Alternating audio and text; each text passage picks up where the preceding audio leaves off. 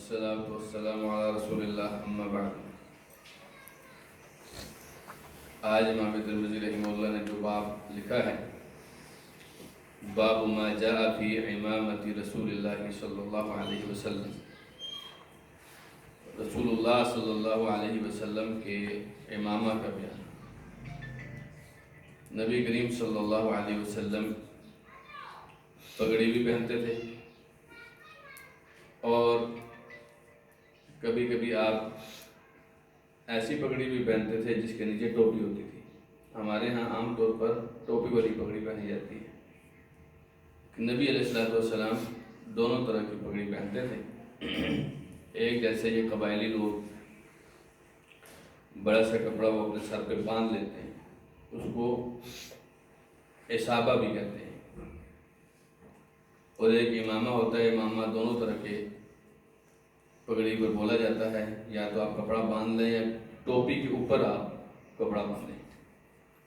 دونوں طرح کا امامہ رسول اکرم صلی اللہ علیہ وسلم نے پہنا ہے۔ اچھا،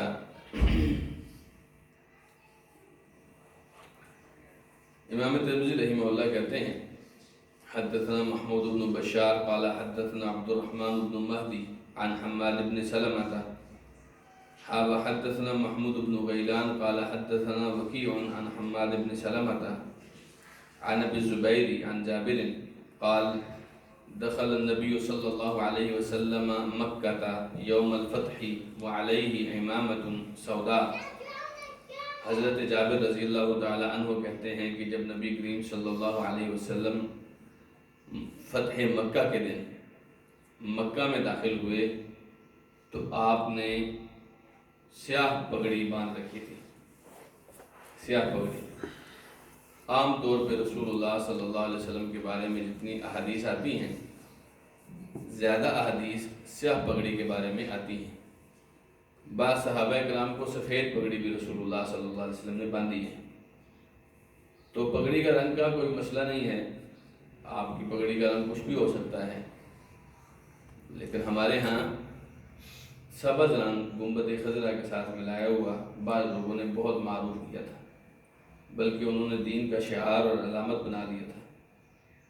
بعد میں اللہ تعالیٰ نے کیا تو یہ نیکی ہو گئی ان کے ساتھ، کسی بندے کی بات شاید ان کو سمجھ آ گئی، تو اب وہ پگڑی جو ہے وہ اس کا رنگ تبدیل بھی کر لیتے ہیں، وگرنہ تو ایک دین کی علامت تھی ان کی سبز پگڑی پہننا۔ اچھا، سبز پگڑی رسول اللہ صلی اللہ علیہ وسلم سے ثابت نہیں ہے، لیکن عام حالات میں پہنی جا سکتی ہے، جیسے کوئی بھی رنگ پہنا جا سکتا ہے، سبز بھی پہنا جا سکتا ہے، لیکن زیادہ تر آپ علیہ السلام کیا پہنتے تھے؟ سیاہ پگڑی پہنتے تھے، جیسے کہ ہم نے حضرت جابر کی حدیث میں پڑھا ہے۔ اور اسی طریقے سے عمرو بن حریث رضی اللہ تعالیٰ عنہ کہتے ہیں رأیت النبی صلی اللہ علیہ وسلم یخطب علی المنبر وعلیہ امامۃ سوداء۔ صحیح مسلم کی حدیث بھی ہے۔ کہتے ہیں میں نے نبی کریم صلی اللہ علیہ وسلم کو دیکھا، آپ منبر پر خطبہ دے رہے تھے اور سیاہ رنگ کی پگڑی آپ نے پہنی ہوئی تھی۔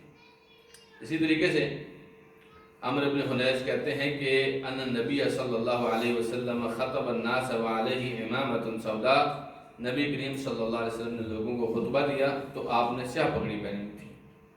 حضرت عبداللہ بن عمر کہتے ہیں کان النبی صلی اللہ علیہ وسلم اذا اعتم سدل امامتہ بین کتفیہ۔ نبی کریم صلی اللہ علیہ وسلم جب پگڑی پہنتے تھے تو اپنی پگڑی کا جو کپڑا تھا وہ اپنے کندھوں کے پیچھے لٹکایا کرتے تھے۔ آپ جانتے ہیں نا پگڑی کے پیچھے کچھ کپڑا بھی ہوتا ہے، تو بعض لوگ کپڑے کو اپنے کندھوں کے آگے لے جاتے ہیں، اور کئی لوگ پگڑی کو جو ہے وہ ایسے لپیٹ لیتے ہیں۔ ضرورت کے وقت تو ایسا کیا جا سکتا ہے، لیکن عام حالات میں نبی کریم صلی اللہ علیہ وسلم کی جو پگڑی تھی وہ اب کندھوں کے بیچ میں اس کو لٹکایا کرتے تھے۔ تو پگڑی کا انداز باندھنے کا رسول اللہ صلی اللہ علیہ وسلم کے ساتھ ایسی تھا۔ نافع کہتے ہیں وکان ابن عمر یفعل ذلک، اور نافع کے کہتے ہیں حضرت عبداللہ بن عمر بھی ایسے کرتے تھے، اور نافع کے شاگرد عبید اللہ کہتے ہیں ورأیت القاسم ابن محمد وسالم یفعلان ذلک، میں نے قاسم ابن محمد کو دیکھا، قاسم ابن محمد حضرت ابوبکر صدیق کے پوتے تھے، اور سالم کو دیکھا، یہ حضرت عمر کے پوتے تھے، حضرت عبداللہ بن عمر کے بیٹے تھے۔ ان دونوں کو بھی میں نے دیکھا، وہ بھی ایسے کیا کرتے تھے، پگڑی اسی طریقے سے باندھا کرتے تھے۔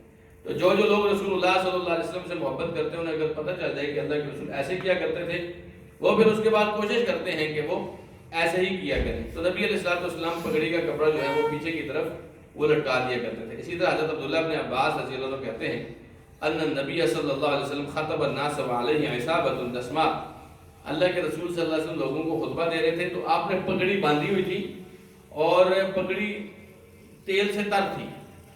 جب آپ نے بالوں پہ تیل لگایا ہوتا ہے اور پگڑی بغیر ٹوپی کے آپ نے باندھی ہو تو آپ جانتے ہیں کہ وہ تیل پھر آپ کے کپڑے کے اوپر بھی ظاہر ہو جاتا ہے۔ تو کہتے ہیں میں نے وہ پگڑی دیکھی، نبی علیہ السلام کی سیاہ رنگ کی پگڑی تھی اور وہ تیل سے تر تھی، یعنی اوپر اس کے تیل بھی نظر آ رہا تھا۔ تو اس طریقے سے نبی کریم صلی اللہ علیہ وسلم نے پگڑی باندھی تھی۔ آپ علیہ السلام کے فعل سے تو پگڑی ثابت ہے، لیکن آپ کی کسی قولی حدیث سے یہ بات بالکل بھی ثابت نہیں کہ پگڑی کی کوئی فضیلت آپ نے بیان کی ہو۔ بعض لوگ یہ بیان کرتے ہیں کہ پگڑی میں پڑی ہوئی ایک نماز باقی نمازوں کے 25 گنا زیادہ ہوتی ہے، ایسی کوئی حدیث نہیں۔ تو پگڑی پہننا رسول اللہ صلی اللہ علیہ وسلم سے ثابت ہے، بلکہ آپ کی سنت ہے، لیکن پگڑی کی فضیلت میں کوئی حدیث پیش کرنا یہ بات بالکل بھی درست نہیں ہے۔ نبی علیہ السلام پگڑی پہننے کے بالکل قائل تھے۔ ہمارے ہاں اس میں مسلک پرستی نے کافی سارا معاملہ خراب کیا ہوا ہے۔ ہر مسلک کی الگ الگ پگڑی ہوتی ہے اور ہر مسلک کی الگ الگ نشانی ہوتی ہے، جبکہ ایسا نہیں ہونا چاہیے۔ نبی کریم صلی اللہ علیہ وسلم سے پگڑی ثابت ہے تو پگڑی پہننی چاہیے۔ سیاہ رنگ کی پگڑی نبی کریم صلی اللہ علیہ وسلم پہنا کرتے تھے، زیادہ تر سیاہ رنگ کی پگڑی پہننے کی کوشش کرنی چاہیے۔ اس میں آپ اپنی طبیعت کے مطابق، بعض بلوں والی پگڑی ہوتی ہے، بعض جو ہے وہ لمبی پگڑی ہوتی ہے، بعض قبائلی اسٹائل کی پگڑی ہوتی ہے، تو اس میں کوئی حرج کی بات نہیں ہے، پگڑی کوئی بھی پہنی جا سکتی ہے۔ تو اس میں بالکل ہاں پگڑی کا کوئی رنگ مخصوص کر کے اس کو اپنے فرقے کی نشانی بنا لینا یہ بالکل بھی درست نہیں۔ اب ہمارے ہاں کیا چلتا ہے، ایک فضل الرحمان اسٹائل کی پگڑی چلتی ہے، ایک سپہ صحابہ اسٹائل کی پگڑی چلتی ہے، ایک جو ہے وہ مرزا علی اسٹائل کی پگڑی چلتی ہے، اسی طریقے سے ایک دعوت اسلامی کے اسٹائل کی پگڑی چلتی ہے۔ تو یہ جو سارے اسٹائل ہیں، ان اسٹائلوں کی اس تقسیم کی بجائے اسے رسول اللہ صلی اللہ علیہ وسلم کی سنت قرار دیا جاتا تو یہ زیادہ بہتر تھا۔ ہمیں شکوہ اس بات کا نہیں ہے کہ پگڑی پہننی چاہیے کہ نہیں پہننی چاہیے، ہم تو بیان کر رہے ہیں 5 حدیثیں ایک ہی معنی کی ہم نے پڑھی کہ اللہ کے رسول صلی اللہ علیہ وسلم پگڑی پہنا کرتے تھے، سیاہ رنگ کی پگڑی پہنا کرتے تھے۔ لیکن مسئلہ یہ ہے کہ ہمارے فرقوں نے ہماری پگڑیاں کافی ساری تقسیم کر دی ہیں، جو کہ نہیں ہونا چاہیے۔ اللہ سبحانہ تعالیٰ امت مسلمہ کو ایک جگہ پہ اکٹھا کرے۔ حالانکہ سنت واحد چیز تھی، سنت واحد چیز تھی جس کی وجہ سے ہم اکٹھے ہو سکتے تھے، لیکن ہر کسی کا اپنا اپنا امام ہے، اپنا اپنا فرقہ ہے، اپنے اپنے اقوال ہیں، اپنے اپنے مشائخ ہیں، تو ہر کسی کا اپنا اپنا انداز ہے۔ لیکن ہم سنت رسول صلی اللہ علیہ وسلم کی بنیاد پر سب لوگوں کو اکٹھا کر سکتے تھے، لیکن ہم نے نہیں کیا، یہ ہماری ایک کوتاہی ہے۔ اس میں عرب لوگوں کا بھی ایک طریقہ کار ہے، شماغ رکھنا، وہ اپنے سر کے اوپر رومال رکھ لیتے ہیں، یہ بھی اس میں حرج کی بات نہیں ہے کہ حدیث میں آتا ہے نبی علیہ السلام نے اپنے اوپر جو ہے وہ اپنے سر پہ کپڑا رکھا تھا، کپڑا رکھنے کا مسئلہ نہیں ہے، لیکن نشانی بنا لینا یہ بات درست نہیں ہے۔ بہرحال پگڑی پہنی جائے، کپڑا رکھا جائے، اس میں کسی طرح کا کوئی مسئلہ بھی انشاءاللہ نہیں ہے۔ پگڑی کے بعد امام ترمذی رحمہ اللہ فرماتے ہیں باب ما جاء فی صفت ازار رسول اللہ صلی اللہ علیہ وسلم، رسول اللہ صلی اللہ علیہ وسلم کے ازار کا بیان، وہ کیسا تھا؟ ازار کہتے ہیں تہبند کو، ایک ہوتا ہے نا شلوار، شلوار نہیں تہبند، جسے آپ دھوتی بھی کہتے ہیں، ٹھیک ہے، یہ شلوار کی طرح سلا ہوا نہیں ہوتا بلکہ چادروں کے اوپر مبنی ہوتا ہے۔ تو نبی علیہ السلام ازار بھی پہنتے تھے، اور ازار کس طریقے کا پہنتے تھے؟ حدیث میں آتا ہے، امام ترمذی فرماتے ہیں نبی بردہ رضی اللہ تعالی عنہ قال اخرجت الینا عائشہ کساء ملبدا وازارا غلیظا، ابو بردہ تابعی ہیں، کہتے ہیں کہ ہمیں حضرت عائشہ صدیقہ رضی اللہ تعالی عنہ نے ایک جو ہے نا چادر دکھائی جو پیوند لگی ہوئی تھی، اور پیوند بھی کیسے لگی ہوئی تھی کہ نیا کپڑا نہیں لگا ہوا تھا بلکہ اسی کپڑے کو مروڑ کے اس کو سیا ہوا تھا۔ بات سب ایک تو ہوتا ہے نا آپ نے الگ سے ٹانکے لگائی ہے، ایک ہے یہاں سے پھٹ گیا آپ نے اس کو دوہرا کر کے دوبارہ ٹانکے لگا لیے، تو ایسا کپڑا تھا رسول اللہ صلی اللہ علیہ وسلم، ایک چادر تھی، اور کہتے ہیں کہ وَإِزَارٌ غَلِيظٌ، اور ایک موٹا تہبند تھا موٹے کپڑے کا۔ آپ جانتے ہیں کہ کپڑے جتنے باریک ہوں اور پتلے ہوں اتنے عمدگی کی نشانی ہوتی ہے، موٹے کپڑے عام طور پر وہ جو ہے وہ غریبی کی نشانی ہوتی ہے کہ یہ سستے کپڑے مل جاتے ہیں، موٹے کپڑے ٹاٹ جس کو کہتے ہیں۔ تو نبی علیہ السلام کے لیے انہوں نے ایک چادر دکھائی، وہ ٹانکے لگے ہوئے تھے اس کو، اور ایک چادر دکھائی، ازار دکھایا جو موٹا تھا، کہنے لگی قبض روح رسول اللہ صلی اللہ علیہ وسلم فی ہذین، رسول اللہ صلی اللہ علیہ وسلم کی روح جو ہے وہ ان دونوں کپڑوں میں قبض ہوئی ہے۔ آپ تصور کیجئے کہ نبی کریم صلی اللہ علیہ وسلم جن کپڑوں میں فوت ہوئے ان کپڑوں کے اوپر ٹاکیاں لگی ہوئی تھیں، ان کپڑوں کے اوپر ٹاکیاں لگی ہوئی تھیں۔ اور آپ یہ بھی جانتے ہیں کہ اللہ کے رسول صلی اللہ علیہ وسلم سے زیادہ معزز کوئی بھی نہیں تھا، لیکن آپ علیہ السلام ایسے پہنتے تھے کیونکہ آپ کا نظریہ یہ تھا کہ کپڑے جتنے آسانی کے ساتھ میسر ہوں اسی طریقے سے پہننے چاہیے۔ آپ نے فرمایا وَمَا أَنَا مِنَ الْمُتَكَلِّفِينَ، میں تکلف کرنے والوں میں سے نہیں ہوں، تکلف کرنے والوں میں سے۔ اور میں آپ کو بتاؤں کہ وہ پھٹا ہوا کپڑا آپ کے لیے زیادہ بہتر ہے بنسبت اس نئے کپڑے کے جو حرام کے پیسوں سے خریدا گیا ہو۔ وہ پھٹا ہوا کپڑا زیادہ بہتر ہے، وہ چٹنی سے کھائی ہوئی روٹی اس ہوٹلوں سے بہتر ہے جو لوگوں کے پیسوں سے کھائی گئی ہو، وہ بہتر نہیں ہے۔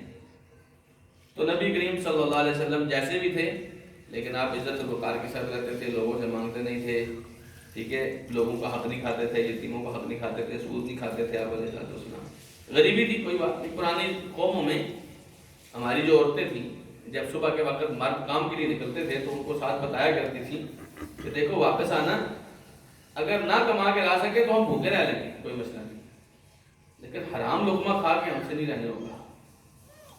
تو واپس آتے ہوئے اگر حلال ہوا تو لے کے آنا، حرام نہ لے کے آنا۔ ہم آپ سے جھگڑا نہیں کریں گے کہ آپ نے لایا نہیں، ہم نے کھایا نہیں، کوئی بات نہیں، لیکن حرام نہ لے کے آنا۔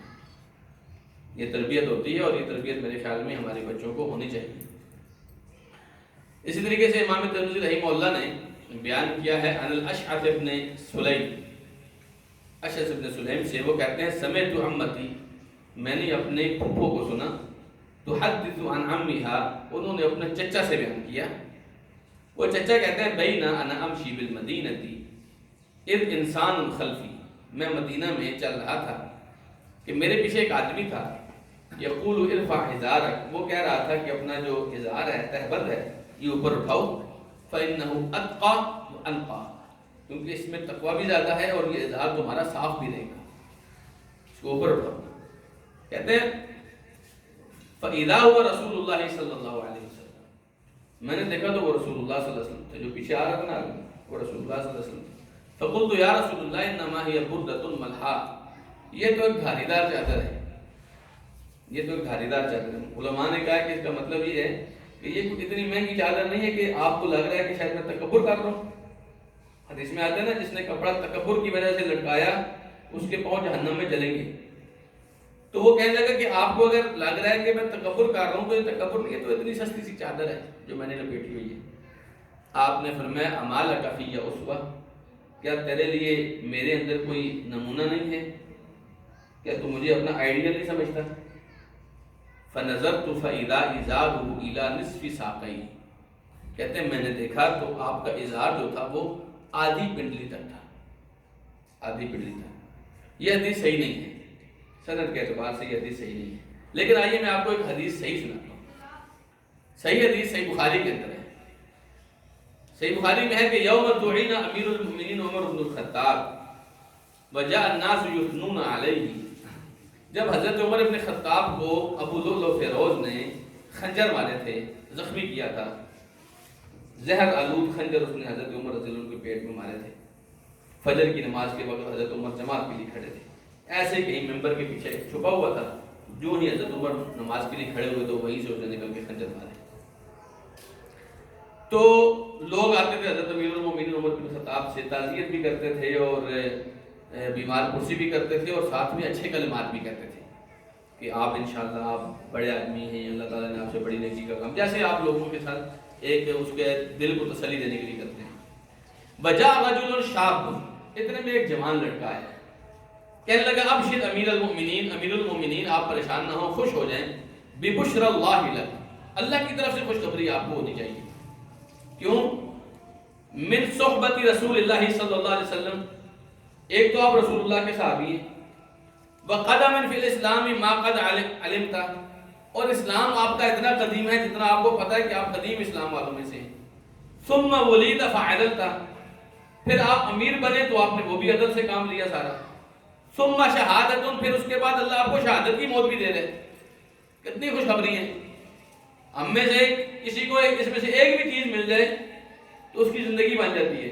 ایک تو رسول اللہ کی صحبت ہے، دوسرا آپ اسلام میں قدیم ہیں، سابقون اولون میں سے ہیں، تیسرا آپ کو اللہ تعالیٰ نے اگر عہدہ دیا ہے تو آپ نے اس عہدے کے اندر پورے عدل کے ساتھ کام کیا ہے، چوتھا اللہ آپ کو شہادت کی موت نصیب فرما رہے ہیں اور وہ بھی آپ کی خواہش کے مطابق۔ حضرت عمر کی خواہش تھی کہ اللہم ارزقنی شہادتاً فی بلد رسول، اللہ مجھے اپنے رسول کے شہر میں شہادت کی موت نصیب کر۔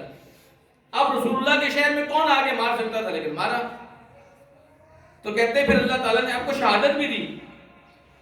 اور اس سے بڑی خوشی کی بات کیا ہوتی ہے کہ عام طور پہ شہادت تو مرنے کے بعد ہوتی ہے نا، حضرت عمر رضی اللہ عنہ کو لوگ شہادت کی خوشخبری مرنے سے پہلے دیتے زندگی میں، اور یہ زندگی کی میں شہادت کی خوشخبری اصل میں رسول اللہ صلی اللہ علیہ وسلم نے دی تھی۔ یہ خوشخبری حضرت عمر کو رسول اللہ صلی اللہ علیہ وسلم نے پہلے دی تھی۔ ایک دفعہ آپ علیہ السلام احد پہاڑ پر چڑھے تھے، احد پہاڑ پر آپ چڑھے تو احد پہاڑ نہ ہلنے لگ گیا، زلزلے کی طرح ہلنے لگ گیا۔ آپ کے ہاتھ میں ایک لاٹھی تھی، یا ایک روایت میں آتے ہیں آپ نے پاؤں مارا احد پہاڑ کے اوپر، آپ نے فرمایا اسکت یا احد، احد ٹھہر جا، فإن علیک نبی و صدیق و شہیدان، تجھ پر ایک نبی، ایک صدیق اور 2 شہید کھڑے ہیں۔ احد رک گیا، احد رک گیا۔ اس وقت اس پہاڑ پہ کون تھا؟ حضرت رسول اللہ صلی اللہ علیہ وسلم تھے، حضرت ابوبکر صدیق تھے، حضرت عمر اور حضرت عثمان تھے۔ گویا حضرت عمر اور حضرت عثمان کو پہلے ہی رسول اللہ صلی اللہ علیہ وسلم نے شہادت کی خوشخبری دے دی تھی۔ بلکہ میں آپ کو بتاؤں، ایک دفعہ حضرت عمر رضی اللہ تعالیٰ عنہ نے لوگوں سے پوچھا کہ کسی کو پتہ ہے فتنوں کے بارے میں کوئی بات؟ تو لمبی حدیث ہے، اس کے آخر میں آتے حضرت حذیفہ کہتے ہیں مجھے پتہ ہے۔ تو حضرت عمر کہتے ہیں مجھے پتہ ہے کہ یہ بات تو ہی جسارت کرتا ہے، اتنی جرأت تیرے اندر ہی ہوتی ہے فتنوں کے بارے میں بات کرنے کی، تو بتا کیا بات ہے؟ کہتا ہے امیر المومنین آپ کو پریشان ہونے کی ضرورت نہیں ہے، آپ کے اور فتنوں کے بیچ میں ایک دروازہ ہے، فتنے آپ تک نہیں پہنچ سکتے۔ تو حضرت عمر پوچھتے ہیں یہ بتاؤ وہ دروازہ کھولا جائے گا یا توڑا جائے گا؟ تو حذیفہ رضی اللہ عنہ کہتے ہیں وہ دروازہ توڑا جائے گا۔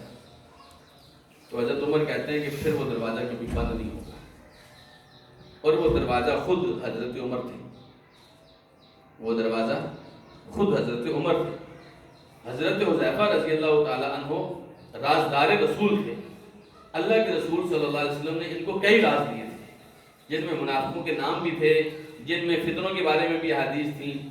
تو بہت سارے احادیث فتنوں کے بارے میں خاص طور پر حضرت حذیفہ رضی اللہ عنہ کو پتہ تھی۔ تو یہ بات بھی حضرت حذیفہ کو پتہ تھی کہ حضرت عمر رضی اللہ عنہ کو شہید کیا جائے گا، اور ان کے بعد ایسا دروازہ کھلے گا کہ وہ دوبارہ کبھی بند نہیں ہوگا۔ اور ایسا ہی ہوا، جب ایک دفعہ حضرت عمر کو شہید کیا گیا، اس کے بعد امت دوبارہ کبھی چین سے نہیں بیٹھی، ایسا ہی ہوا۔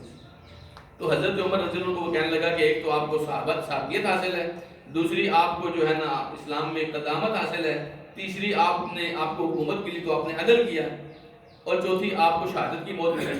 حضرت عمر نے جواب میں پتہ کیا کہا؟ ہم ہوتے تو کیا کہتے ہیں؟ وہ بس ہو گیا ہے، بس اللہ کا شکر ہے، ایسے ہی ہے نا۔ حضرت عمر کہتے ہیں وددت ان ذلک کفاف لا علی ولا لی، کہتے ہیں جی بات یہ ہے، میرا دل کرتا ہے کہ یہ سارے معاملات جتنی بھی نیکیاں ہیں، یہ نیکیاں جمع ہو کر میرا کھاتا برابر کر دیں، میرا کھاتا برابر کر دیں، نہ میرے اوپر کوئی گناہ باقی بچے اور بے شک نیکی مجھے نہ ملے، لا علیہ میرے ذمہ بھی کوئی گناہ نہ ہو، ولا لی اور مجھے نیکی نہ بھی ملے تو بھی کوئی بات نہیں، کھاتا برابر ہو جائے۔ تو یہ نوجوان سے بات ہوئی، باقی لوگوں کی طرح یہ بھی آیا تھا، یہ بھی چلا گیا۔ فلما ادبر، اس دوران آپ کو پتہ حضرت عمر رضی اللہ تعالیٰ عنہ اوپر سے کوئی دوائی پلاتے تھے نا، وہ پیٹ سے باہر آ جاتے تھے، کیونکہ سارا پیٹ تو ان کا چیرا ہوا تھا، تو کوئی بھی دوائی پلاتے تھے پیٹ سے باہر آ جاتے تھے۔ یہ پوزیشن تھی حضرت عمر کی۔ یہ نوجوان جب واپس گیا تو حدیث میں آتا ہے اذا ازارہ یمس الارض، اس کا ازار زمین کے ساتھ لگ رہا تھا۔ قال ردوا علی الغلام، حضرت عمر کہتے ہیں اس لڑکے کو واپس لاؤ۔ وہ واپس آیا، حضرت عمر نے بہت محبت کے ساتھ سمجھایا، کہتے ہیں یبنا بتیجے ارفع ثوبک، اپنا کپڑا تھوڑا اوپر کر دو، فإنه أبقى لثوبك وأتقى لربك، کیونکہ اس سے تیرا کپڑا بھی باقی زیادہ رہے گا، پھٹے گا نہیں، اور تیرا رب کا تقوی بھی اس کے اندر زیادہ ہے۔ بات سمجھیں؟ ہم میں سے کون ہے جو اس پوزیشن میں آ گئے جب وہ مرنے لگا ہے، اس بات کا بھی خیال کر رہا ہے کہ اس لڑکے کا پجامہ، اس کی پینٹ، اس کی شلوار نیچے ہے، اس حالت میں کہ اس کو دوائی پلائی جائے تو اس کے زخموں سے باہر نکل رہی ہے، لیکن اتنی محبت کے ساتھ بھی ساتھ سمجھا رہے ہیں کہ میرے بھتیجے کپڑا اوپر کر لیں، تیرا رب اس سے زیادہ راضی ہوتا ہے، تیرے کپڑے زیادہ بچے رہیں گے، پھٹیں گے نہیں۔ سبحان اللہ، یہ صحیح حدیث ہے، صحیح بخاری کی حدیث ہے۔ تو بہرحال یہ بہت پیاری حدیث ہے، اس کو سنت ہے، اس کو سمجھنا چاہیے۔ نبی کریم صلی اللہ علیہ وسلم نے فرمایا ما اسفل من الکعبین من الازار ففی النار، آپ کے ازار میں سے، ازار سے مراد آپ کا تہبند ہے، شلوار ہے، پینٹ ہے، کچھ بھی ہے، جو ٹخنوں سے نیچے جائے گا وہ جہنم میں جائے گا۔ ٹخنوں سے نیچے آپ کا ازار نہیں ہونا چاہیے، بلکہ آپ نے فرمایا ثلاثۃ لا یکلمہ اللہ یوم القیامہ، تین لوگ وہ ہیں جن کے ساتھ قیامت کے دن اللہ تعالیٰ کلام بھی نہیں کرے گا، ولا ینظر الیہم، ان کی طرف نظر رحمت سے دیکھے گا بھی نہیں، ولا یزکیہم، ان کو پاک بھی نہیں کرے گا، وَلَهُمْ عَذَابٌ عَلِيمٌ، اور ان کو دردناک عذاب ہوگا۔ ان میں سے ایک المسبل، اپنا کپڑا نیچے لٹکانے والا، والمنان، احسان کر کے احسان جتلانے والا، والمنفق سلعته بالحلف الكاذب، اور جھوٹی قسمیں کھا کے مال بیچنے والا، جھوٹی قسمیں کھا کے مال بیچنے والا۔ تین لوگ، فرمایا نہ اللہ ان کو نظر رحمت سے دیکھے گا، نہ اللہ ان سے بات کرے گا، نہ اللہ ان کو پاک کرے گا، بلکہ ان کے لیے عذاب علیم ہے۔ تو اپنے کپڑوں کو ٹخنوں سے نیچے لٹکانے سے گریز کریں۔ سلمہ ابن اقوا کہتے ہیں کان عثمان بن عفان یعتزل الی انصاف ساقی، حضرت عثمان ابن عفان کی جو پنڈلی تھی، جو کپڑے تھے، وہ نصف پنڈلی تک تھے، نصف پنڈلی تک، اور کہتے تھے ہاکذا کانت عزرت صاحبی، یعنی نبی صلی اللہ علیہ وسلم کہتے تھے میرے جو صاحب تھے، میرے جو سرکار تھے، آقا تھے، ان کی اظہار بھی ایسے ہی ہوتا تھا۔ سند کے اعتبار سے یہ حدیث بھی صحیح نہیں ہے، لیکن آئیے صحیح سند کے اعتبار سے حدیث آپ کو سناتے ہیں، اور یہ سب سے دلچسپ حدیث بھی ہے۔ حضرت حذیفہ ابن یمان رضی اللہ تعالیٰ عنہ کہتے ہیں اخذ رسول اللہ صلی اللہ علیہ وسلم بعضلۃ ساقی، بعضلۃ ساقی، رسول اللہ صلی اللہ علیہ وسلم نے میری پنڈلی کا یہ گوشت والا حصہ، یہ دیکھیے یہ گوشت والا حصہ ہوتا ہے، یہ گوشت والا حصہ، کہتے ہیں کہ میری پنڈلی پکڑ کے بتایا یا آپ نے اپنی پنڈلی پکڑ کے بتایا؟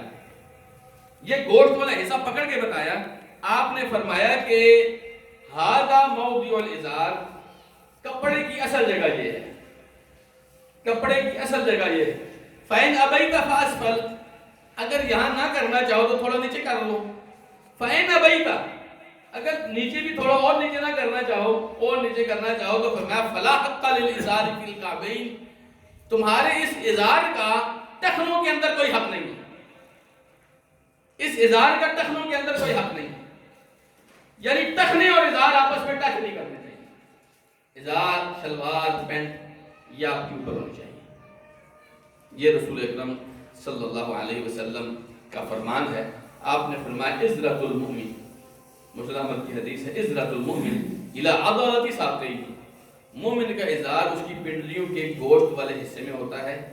فرمایا ثم الی نصف ساقیہ، تھوڑا سا نیچے چلے جائیں آدھی پنڈلی تک، ثم الی الکعبین، یا پھر ٹخنوں تک ہوتا ہے، فما اسفل من ذلک فهو فی النار، اس سے نیچے اگر ہوگا تو وہ جہنم میں ہوگا۔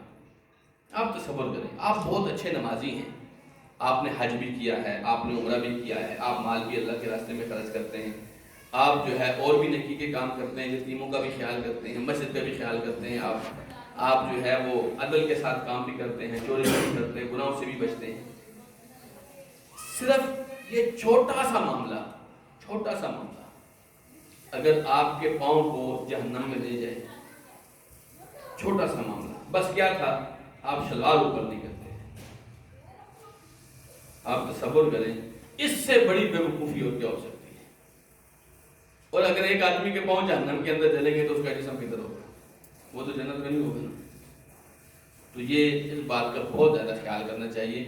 اس کا جرم اس وقت زیادہ بڑھ جاتا ہے جب آپ نے کوئی اچھے کپڑے پہنے ہوں اور آپ فخر کے ساتھ تکبر کے ساتھ لٹکا رہے ہوں, پھر تو جرم اور زیادہ بڑھ جاتا ہے. لیکن اگر وہ نہ بھی ہو تو ٹخنوں کا آپ کے ازار کے اندر کوئی حصہ بھی نہیں ہے. اس بات کا خیال رکھنا چاہیے. اب آئیے باب ما جاء فی مشیت رسول اللہ صلی اللہ علیہ وسلم. رسول اکرم صلی اللہ علیہ وسلم چلتے کیسے تھے؟ چلتے کیسے تھے آپ؟ اب ہم نے دیکھنا ہے نا آپ چلتے کیسے تھے, پھر ہم نے بھی ویسے چلنا ہے انشاءاللہ. تو امام ترمذی کہتے ہیں عن ابی ہریرہ رضی اللہ تعالی عنہ, حضرت ابو ہریرہ رضی اللہ عنہ کہتے ہیں ولا رأيت شيئا احسن من رسول اللہ صلی اللہ علیہ وسلم, میں نے رسول اللہ صلی اللہ علیہ وسلم سے زیادہ خوبصورت کوئی بھی نہیں دیکھا. كأن الشمس تجری فی وجهه, ایسے لگتا تھا سورج آپ کے چہرے پر چل رہا ہو, سورج آپ کے چہرے پر چل رہا ہو. اتنا چمکدار تھا, لگتا تھا یہاں سورج آیا ہوا ہے, اتنا چمکدار تھا. وما رأيت أحدا أسرع في مشيته من رسول اللہ صلی اللہ علیہ وسلم, میں نے کسی آدمی کو نہیں دیکھا جو رسول اللہ صلی اللہ علیہ وسلم سے زیادہ تیز چلتا ہو. كأنما الأرض تطوى لكم, ایسے لگتا تھا کہ زمین آپ کے لیے سمیٹ دی گئی ہے. آپ چلتے تھے تو زمین ایسے ایسے سفر آپ کرتا ہوتا تھا. کہتے ہیں اِنَّا لَنَجْهَدُ أَنفُسَنَا, اِنَّا لَنُجْهِدُ أَنفُسَنَا, کہتے ہیں ہم اپنی طرف سے کوشش کر کے آپ کے ساتھ ملتے تھے. وَإِنَّهُ لَغَيْرُ مُبْتَدِئٍ, اور آپ بالکل نارمل روٹین سے چلتے تھے, کوئی تکلف نہیں کرتے تھے. ایک ہوتا ہے نا بندہ سپیڈ کے ساتھ ویسے ہی چل رہا ہے, آپ بغیر تکلف کے نارمل روٹین میں اتنا تیز چلتے تھے, ہم آپ کے ساتھ ملنے کے لیے دوڑ لگایا کرتے تھے. ایسے رسول اکرم صلی اللہ علیہ وسلم چلتے تھے. تو صحابہ کرام دیکھیے, آپ اندازہ کیجیے اب چلنا کیا ہوتا ہے, چلتے تو سب لوگ ہی ہیں, لیکن حضرت ابو ہریرہ رضی اللہ عنہ نے یہ بھی نوٹ کرتے تھے آپ چلتے کیسے ہیں. امام ترمذی نے یہ بھی بات آپ کو سمجھانے کی کوشش کی کہ آپ چلتے کیسے ہیں. اسی طریقے سے حضرت علی رضی اللہ تعالیٰ عنہ کہتے ہیں, یہ حدیث ہم نے پہلے بھی پڑھی ہے, کان علی اذا وصف النبی صلی اللہ علیہ وسلم قال کان اذا مشى تقلع كانما ينحت من سبب. حضرت علی جب رسول اللہ صلی اللہ علیہ وسلم کی صفتیں بیان کرتے تھے تو کہتے تھے کہ آپ جب چلتے تھے تو پاؤں زور سے اٹھا کر اور پورا پاؤں اٹھا کر چلتے تھے, جیسا کہ ایسا لگتا تھا آپ کسی ڈھلوان سے اتر رہے ہیں. جب آپ ڈھلوان سے نیچے اتر رہے ہو نا, آپ پاؤں اٹھاتے بھی بڑی مضبوطی کے ساتھ ہیں اور رکھتے بھی بڑی مضبوطی کے ساتھ ہیں تاکہ سلپ نہ ہو جائے جی. تو نبی علیہ السلام عام طور پہ ایسے چلا کرتے تھے, ایسے لگتا تھا ڈھلوان سے اتر رہے ہیں اور پاؤں زور کے ساتھ, سست لوگوں کی طرح, کبھی کسی پتھر کے ساتھ لگ رہا ہے, صف کے ساتھ لگ رہا ہے, ایسے نہیں پاؤں اٹھاتے, پورا پاؤں اٹھاتے تھے اور پورا پاؤں رکھتے تھے رسول اکرم صلی اللہ علیہ وسلم. اسی طریقے سے حضرت علی بن ابی طالب کہتے ہیں کہ کان نبی صلی اللہ علیہ وسلم اذا مشى تکفا تکفوا کانما ينحت من سبب, جب رسول اللہ صلی اللہ علیہ وسلم چلتے تھے تو ایسے آپ نیچے کی طرف چلتے تھے جیسے کہ آپ علیہ الصلوۃ والسلام چڑھائی سے نیچے اتر رہے ہیں. اب امام ترمذی کہتے ہیں باب ما جاء فی تقنع رسول اللہ صلی اللہ علیہ وسلم, کبھی کبھی رسول اکرم صلی اللہ علیہ وسلم پگڑی کی بجائے سر کے اوپر ایک کپڑا رکھ لیتے تھے, سر کے اوپر کپڑا رکھ لیتے تھے.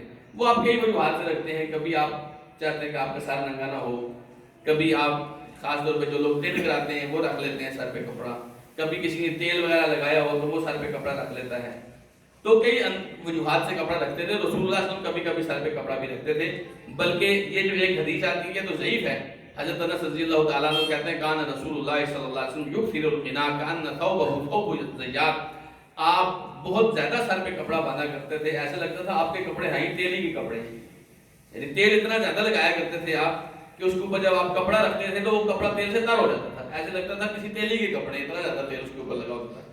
لیکن یہ حدیث صحت کے اعتبار سے صحیح نہیں ہے. البتہ نبی کریم صلی اللہ علیہ وسلم کی ایک صحیح حدیث کیا آتی ہے کہ حضرت ابو بکر صدیق رضی اللہ تعالیٰ عنہ کے بارے میں حضرت عائشہ کہتی ہیں کہ جس دن اللہ کے رسول صلی اللہ علیہ وسلم نے جانا تھا ہجرت کے لیے, تو بینما نحن یوما جلوس فی بیت ابی بکر فی نحر الظہیرہ, کہتی ہے کہ ہم حضرت ابو بکر کے گھر میں بیٹھے ہوئے تھے, صحیح دن چڑھا ہوا تھا, دھوپ تھی. قال قائل لی ابی بکر ھذا رسول اللہ صلی اللہ علیہ وسلم متقنعا, کسی نے باہر دروازے سے دیکھ کے بتایا کہ رسول اللہ صلی اللہ علیہ وسلم سر پہ کپڑا ڈال کے آ رہے ہیں. تو سر پہ کپڑا ڈالا جا سکتا ہے, نبی علیہ الصلوۃ والسلام ایسے کیا کرتے تھے. یہ جو عرب لوگ رومال رکھتے ہیں یہ بالکل درست کرتے ہیں, اس میں کوئی حرج کی بات نہیں, لیکن تھوڑا سا اس میں تکلف کچھ اور آ جاتا ہے جو کبھی پھر اللہ تعالیٰ نے توفیق دی تو اس کو ہم ڈسکس کریں گے انشاءاللہ. آج اسی پر اکتفا کرتے ہیں. کل ہم دیکھیں گے نبی مکرم صلی اللہ علیہ وسلم بیٹھا کیسے کرتے تھے. بیٹھتے بھی تو ہیں نا. اب رسول اللہ صلی اللہ علیہ وسلم کیسے بیٹھتے تھے یہ انشاءاللہ ہم کل پڑھیں گے. بارک اللہ فیکم، جزاکم اللہ خیرا، وآخر دعوانا الحمدللہ رب العالمین.